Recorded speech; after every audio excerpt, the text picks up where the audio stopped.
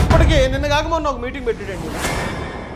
నేనేదో ఎస్సీ మాలా క్యాండిడేట్ని, అది అందరికీ తెలిసిందే. నేను గొడవ అయితే జరిగింది కానీ అనుమతి లేని చర్చలే. దేవుని యొక్క మహాకృప అందరికీ కూడా ఈ వీడియోకి స్వాగతం పలుకుతున్నాను.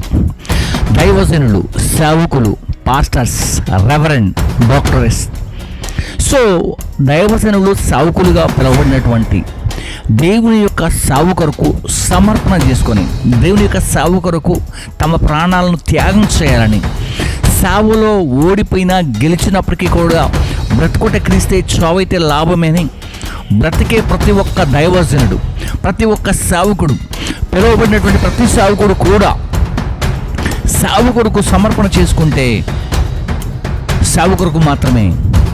సేవలో ఉండాలని బ్రతకాలని అనుకుంటే బ్రతకటానికే దేవుని యొక్క సేవకు వచ్చి మరలా తిరిగి రాజకీయం వైపు, రాజకీయం వైపు, నాయకత్వం వైపు ప్రజలు ఏడుస్తున్నారని, ప్రజలకు ఇబ్బంది కలుగుతుందని, ప్రజలు ఈ బాధలో ఉన్నారని రాజకీయ వైపు నీ గురి, నీ ఆలోచనలు, నీ తలంపులు వెళ్ళినట్లయితే దేవుడు నీ యొక్క సేవ పరిచర్యను ప్రేమిస్తాడా? నువ్వు చేసే పనిని ఇష్టపడతాడా? కారణం ఏంటో తెలుసా? ఈ రోజున ఈ వీడియోలో మనం మాట్లాడుకోబోతున్నాం. మీ అందరికీ కూడా వీడియోకి స్వాగతం పలుకుతాను. వెల్కమ్.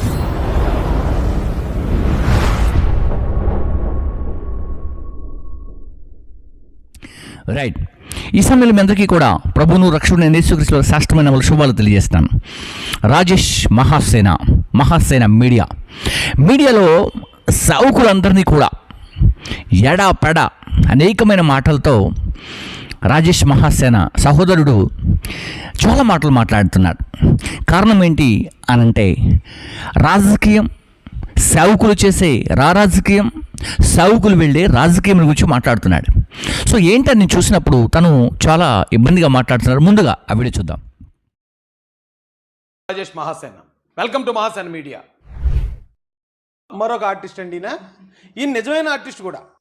నిజమైన ఆర్టిస్టు ఈయన ఏంటంటే సినిమా ఆర్టిస్ట్ అటండి. ఈయన సినిమాలో హీరో అట. మరి అది ఏ సినిమా, ఎప్పుడు వచ్చింది, ఎప్పుడు పోయింది ఎవరికి తెలియదు. సార్ సినిమా ఆర్టిస్ట్ అట. సినిమాల నుంచి అక్కడ సినిమాలు రాలేదండి. ఇలాగా సినిమాలు బీభత్సంగా ఉంటూ సూపర్ స్టార్ అయిపోయే టైంలోనే దేవుడి కోసం వదిలేసి ఇలాగ వచ్చేసేటండి. వచ్చేసి ఓ పాస్టర్ అయిపోయినా. ఈ పాస్టర్ ఆయన ఎప్పుడు లైన్ ఎట్లంటే అదే ప్రవీణ్ పగడాల గారు. ఇప్పటికే నిన్న కాక మొన్న ఒక మీటింగ్ పెట్టాడండి. ఈయనేదో పొలిటికల్ పార్టీ కూడా పెట్టాడటండి. ఈ మీటింగ్లో ముందు ఈయన ఏం మాట్లాడాడు విని ఈయనది కూడా ఒక కళాఖండం ఉందండి, అది కూడా వినిపిస్తాను. దయచేసి అండి ఇలాంటి వాళ్ళతో అప్రమత్తంగా లేకపోతే సంక్రాంతి కూడా గ్యారంటీ. ఈ రోజుకి నేను చెప్పగలను, ఒక క్రీస్తు కొరకు హతసాక్షిగా మారినటువంటి ప్రవీణ్ పగడాల గారు ఇప్పటికీ అమరుడే. క్రీస్తు కోసం హతసాక్షి అంటే అర్థం ఏంటంటే దేవుడు పని చేసుకుంటూ వెళ్తూ ఉంటే, దేవుడి గురించి చెప్తూ వెళ్తూ ఉంటే, దేవుడు అంటే నచ్చని వాళ్ళు వచ్చి కత్తులతో చాకులతో పొడిచేసి చంపాడు. యేసుక్రీస్తు ప్రభు వారు కొంతమంది శిష్యులు ఉన్నాడు, వాళ్ళందరినీ అలాగే చంపేశారు. వాళ్ళతో పాటు సేమ్ అలాగే ప్రవీణ్ గారు చనిపోయారని ఇప్పటికీ. రైట్, చూసారు కదా. ఈ వీడియోలో అభినయ్ దర్శన్ గురించి మాట్లాడుతున్నాడు. అభినయ్ గురించి, అభినయ్ జీవితం గురించి, తన లైఫ్లో జరిగినటువంటి విషయాలన్నీ కూడా షేర్ చేస్తూ మాట్లాడాడు. అలాగే ప్రవీణ్ పగడాల గారి గురించి కూడా ఎలక్షన్ అంటే ఒక పార్టీ నుండి ఫోన్ చేసినట్టు ఒక సహోదరుడు ఫోన్ చేసి మాట్లాడినప్పుడు తను కూడా ఏం మాట్లాడో మీరు విన్నారు.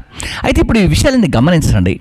సావుకులుగా మీరుండి సంఘాల్లో ఉండటానికి పిలువబడి సంఘానికి నాయకత్వం వహించవలసినటువంటి మీరు ఇలా వెళ్ళటం ద్వారా ఎంత దేవుని నామానికి అవమానం జరుగుతూ ఉందో, అంతేకాకుండా సావుకుడు లేదా పాస్టర్ అనే పేరు పైన ఎంత ప్రభావం పడుతూ ఉందో చూసారా. కాబట్టి ప్రేమటువంటి స్నేహితులారా, సహోదరులారా, మరి ఈ సమయంలో రాజేష్ మహాసేన గారికి కూడా నేను శుభాలు తెలియజేస్తున్నాను. బ్రదర్, కొంచెం సేవకుల గురించి మాట్లాడేటప్పుడు కొంచెం ఆ లాంగ్వేజ్ వాడుకుని ఉంటే చాలా బాగుంటుంది. ప్రాణపూర్వకంగా నేను కోరుకుంటున్నాను. ఒకవేళ ఉండొచ్చు, వాళ్ళు అలాంటి వాళ్ళు ఉండొచ్చు మేబీ, కానీ వారిని ఒక ప్రత్యేకమైనటువంటి రీతిలో మీరు గద్దిస్తే బాగుంటుందని నేను ప్రాణపూర్వకంగా మనవి చేస్తున్నాను. ఎందుకంటే ఈ సోషల్ మీడియా పక్షాన మీరు ఇలా చేయటం ద్వారా వాస్తవమైనటువంటి సేవకులందరూ కూడా నొచ్చుకుంటారు. వాస్తవమైనటువంటి సేవకులకి చాలా ఇబ్బంది అనిపిస్తూ ఉంటుంది. కనుక నాకు చాలా ఇబ్బంది అనిపించే నేను ఈ వీడియో చేస్తాను. కనుక ఈ సమయంలో కొంచెం మీరు అలా మాట్లాడకుండా ఒక పర్సనల్ ట్రిప్గా వారిని ట్రీట్ చేస్తే బాగుండేదని చెప్పేసి కూడా నేను ఈ సమయంలో కోరుకుంటున్నాను. అలాగే ఇప్పుడు ఆయన వీడియో చూసి మహాసేన గారి యొక్క వీడియో చూసి ఇక్కడ అభినయ్ కూడా మాట్లాడుతున్నాడు. ఒకసారి ఆ వీడియో చూద్దాం. ఉండి నియోజకవర్గంలో 9 ప్రార్థనా మందిరాలు ఎవరైతే రఘురామకృష్ణరాజు కూల్చేశాడో దాని మీద తిరుగుబాటు చేసి ప్రశ్నించి క్రైస్తవ సమాజం పక్షం నిలబడుతున్నాడో, అదే మన పోలీస్ స్టేషన్ కూడా తీసుకెళ్ళి కొట్టారు కదా ఆయన మీద కూడా వీడియో చేశాడు. అతను నమ్మొద్దు, క్రైస్తవులు రెచ్చగొడుతున్నాడు అది ఇదని చెప్పి అతని మీద వీడియో చేశాడు. నెక్స్ట్ నా మీద వీడియో చేశాడు. ఇవన్నీ నిన్ననే పెట్టాడు రాజేష్ మహాసేన. అంటే ఒక ప్రాజెక్ట్ అప్పచెప్పినట్టున్నారు వీడికి కూటమి ప్రభుత్వం వాళ్ళు. వీడు మా మీద కౌంటర్ వీడియోలు చేశాడు, నా మీద చేశాడు. ఇక నా గురించి చెప్పడానికి ఏముంది? నేను ఎస్సీ మాలా క్యాండిడేట్ని, అది అందరికీ తెలిసిందే. నేను పొలిటికల్ పార్టీని పెట్టాను. 24వ తారీఖు స్టార్ట్ చేసింది, మార్చి 24వ తారీఖున పొలిటికల్ పార్టీ అనౌన్స్ చేశాను. కాకినాడలో బహిరంగ వేదిక మీద భరోసా పార్టీ ఆంధ్రప్రదేశ్ రాష్ట్ర అధ్యక్షుడిగా నేను వర్గానికి చెందినటువంటి వారే. అయితే ఆ మధ్యలో వచ్చినటువంటి వ్యక్తులు ఎవరైతే ఉన్నారో వారు చాలా రకాలుగా మాట్లాడుతున్నటువంటి వారుగా ఉన్నారు. అయితే ఈయన మీటింగ్కి వాళ్ళు సహకరించారని, ఇతన్ని వాళ్ళు పిలిచారని ఇతని కోపం వచ్చింది. అర్థమవుతుందా? ఇప్పుడు ఇతని కోపం వచ్చిందని ఇతని కోపం వచ్చింది. ఇలాగ వీళ్ళు వీడియోలు చేసుకుంటూ ఎవరి సేవను ఆటంకపరుస్తున్నారు, ఎవరి సేవ ఇబ్బంది పడుతూ ఉంది. మనం గడిచిన దినాల్లో ఇస్మాయిల్ గారిని పలానా వాళ్ళు కుట్టారని చెప్పేసి చాలా ఏడుపులతో వీడియోస్ కూడా చూసాం మనం. ఆ సమయంలో కూడా ఇతను కూడా ఆకివీడు వెళ్ళి మరి ఆకివీడులో ఉన్నటువంటి ఎస్సీలుగా ఉన్నటువంటి సంఘంలోకి వెళ్ళి వారిని కూడా రెచ్చగొట్టినట్టు, వాళ్ళు తిరిగి ఇబ్బందులు పాలయ్యారు కాబట్టి వాళ్ళు తిరిగి క్షమాపణ అడుగుతున్నట్టుగా కూడా వాళ్ళు అక్కడ ఉన్న వాళ్ళు మాట్లాడుతున్నారు. ఒకసారి మీకు ఒక వీడియో చూద్దాం. మా పెద్దపేటలో గత కొద్ది రోజులుగా కొన్ని సమస్యలు జరుగుతున్నాయండి. అది సమస్యలకు పరిష్కారం ఎమ్మెల్యే గారు చూపించారని, ఎమ్మెల్యే గారికి అపాయింట్మెంట్ ఇస్తారని మాకు ముందుగా మమ్మల్ని ఎమ్మెల్యే గారి దగ్గర తీసుకెళ్లి మీరంతా కలిసి మాకు ఎమ్మెల్యే గారి దగ్గర ప్రాధాయపడినట్టుగా మమ్మల్ని సహకరిస్తారని కోరుకుంటున్నామండి. బయట వారు వచ్చి మమ్మల్ని రెచ్చగొట్టడం వల్ల, మా వాళ్ళని రెచ్చగొట్టడం వల్ల గొడవ అయితే జరిగింది. కానీ రాజేష్ ఖన్నా గారు, ఇస్మాయిల్ గారు, మీసాల ఆయన పేరు నాకు అయితే తెలియదు, మీసాల ఆయన కలిపిండి మా సంఘస్థులందరూ కొద్దిగా రెచ్చగొట్టారండి. బయట వాళ్ళు ఎవరిని కూడా మా సంఘం కనపడుతుంటామండి ఇక్కడి నుంచి. కాబట్టి మా సంఘస్థులకి, మా పెద్దలకి చూసారు కదా. ఇప్పుడు గమనించండి, ఎవరో ఎవరో ఎవరో ఎవరో చేసుకుంటూ వెళ్తున్నటువంటి గొడవలకు, ఏదో చేయాలి చేయాలి చేయాలనుకుంటూ వెళ్తున్నటువంటి వీళ్లకు చివరికి నష్టం ఎక్కడ పడిందో తెలుసా? సంఘాలపైన పడింది. ఇప్పుడు అక్కడ రఘురామకృష్ణరాజు గారు ఏం చేశారో తెలుసా?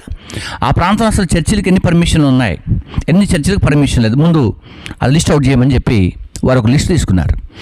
ఇక్కడ ఉన్నటువంటి వీళ్ళు ఏమంటున్నారంటే, మా ఎమ్మెల్యే గారు మంచివారు, దయచేసి మాకు పలానా వ్యక్తులు చేయబట్టే మేము అలా రోషంగా పౌరుషంగా బయటకు వచ్చి ఇలా చేశాము, దయచేసి మమ్మల్ని క్షమించండి, మాకు అపాయింట్మెంట్ ఇవ్వండి, మీ దగ్గరకు వచ్చి మేము మొరపెట్టుకుంటామని మీరు మాట్లాడుతూ ఉన్నారు. సో ఆ మాటలు వారు కూడా విన్నారు. విన్న తర్వాత జరిగిన విషయం ఏంటి? ఆకివీడు ప్రాంతంలో 130 చర్చిలు ఉన్నాయి. ఆ 130 చర్చిల్లో 113 చర్చిలకు పర్మిషన్ లేదు అంటూ ఇప్పుడు ఆయన ఆ పాయింట్లో పట్టుకొని ఉన్నారు. ఇప్పుడు అర్థమవుతుందా?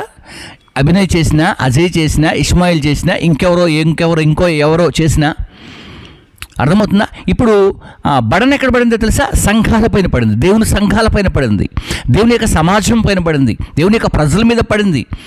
ఇప్పుడు అక్కడ ఉన్నటువంటి 113 మంది ఏమవుతారో తెలుసా? ఏమవుద్దో తెలుసా?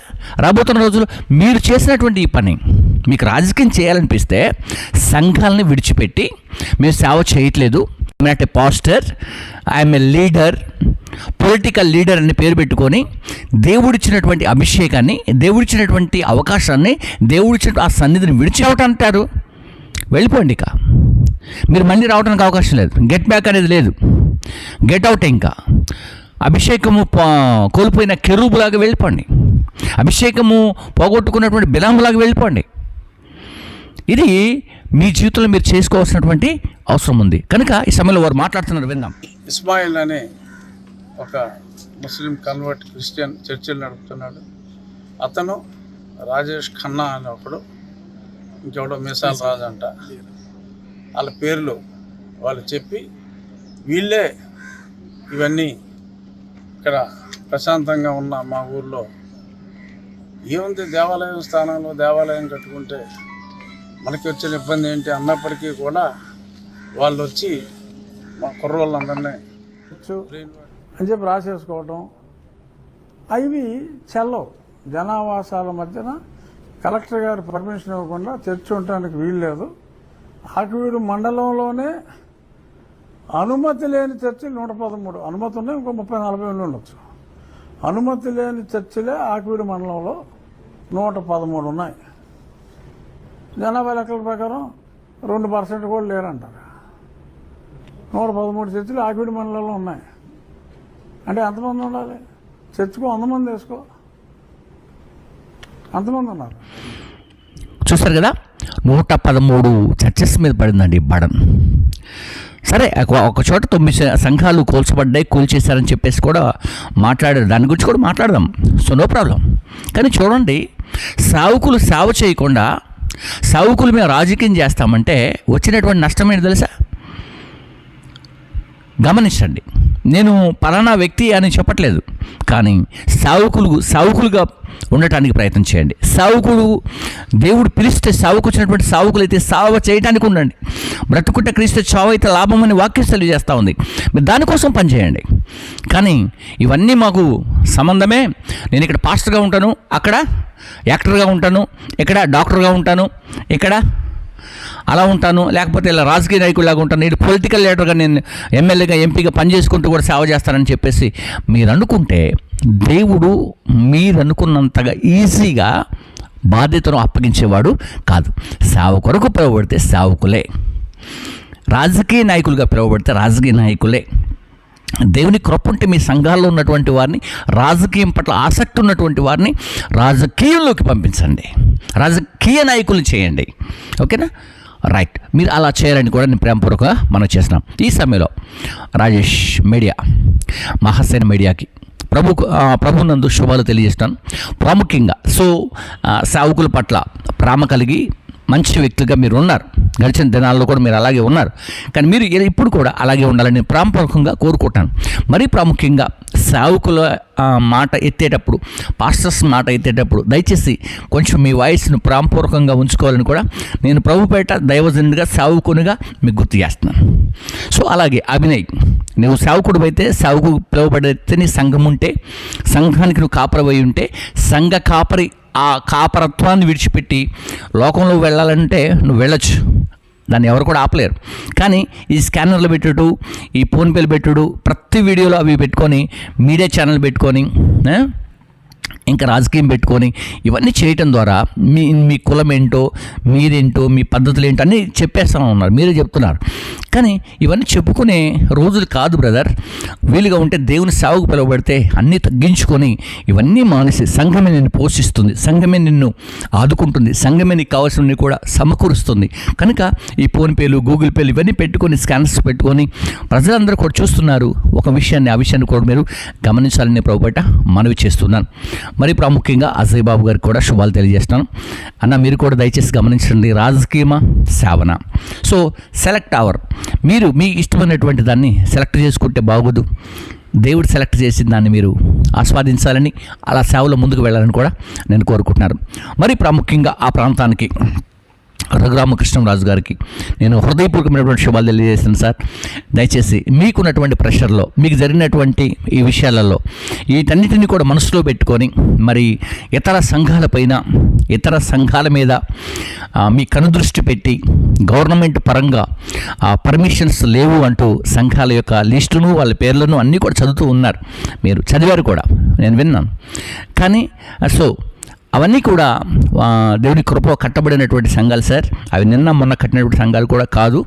వారికి దేవుడు ఇచ్చినటువంటి దర్శనాలను బట్టి వాళ్ళు కట్టుకున్నటువంటి సంఘాలు. వాటి జోలికి మరి మీరు వెళ్లకుండా, వీలుగా ఉంటే పర్మిషన్ అన్నారు కాబట్టి పర్మిషన్ కొరకు ప్రయత్నం చేసుకునే అవకాశం, పర్మిషన్ కొరకు మరి కలెక్టరేట్ని, పర్మిషన్ కొరకు ఎంఆర్ఓని, వీలుగా ఉంటే మీరే ఆ సంఘాల దగ్గరికి విజిట్ చేయించి వారందరికీ కావాల్సినవన్నీ కూడా సమకూర్చి వారికి చక్కని పర్మిషన్ ఇప్పించి, సంఘాల పక్షాన మీరు నిలబడి, ప్రజల పక్షాన మీరు నిలబడి అక్కడ జరుగుతున్నటువంటి దేవుని యొక్క సేవను ఏమాత్రం కూడా డిస్టర్బ్ చేయకుండా మరి మీరు సహకరించాలని ప్రేమపూర్వకంగా దైవజనుడిగా సేవకునిగా మనసారా మిమ్మల్ని కోరుకుంటున్నాను. సో అక్కడ ఉన్నటువంటి లీడర్స్ అండ్ గ్రామ ప్రజలు, సంఘాల ప్రజలందరూ కూడా ప్రార్థించండి.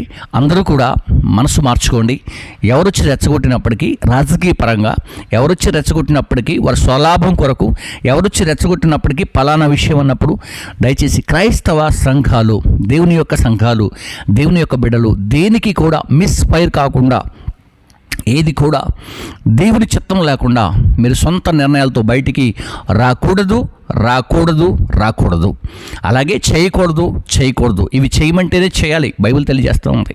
చేయకూడదు అంటే చేయకూడదు. సో అలాగున మీరందరూ కూడా కలిసిమెలిసి ఆంధ్రప్రదేశ్లో మరి చక్కని ప్రభుత్వం, మరి ఆ ప్రభుత్వం పక్షాన మీరందరూ కూడా తగ్గించుకొని ప్రార్థన ద్వారా ప్రతి ఒక్కటి సాధించుకోవాలని కోరుకుంటూ ఈ నా మాటలు ముగిస్తాను. May God bless you. అందరికీ కూడా శుభాలు కలుగునుగాక. ఆమేన్.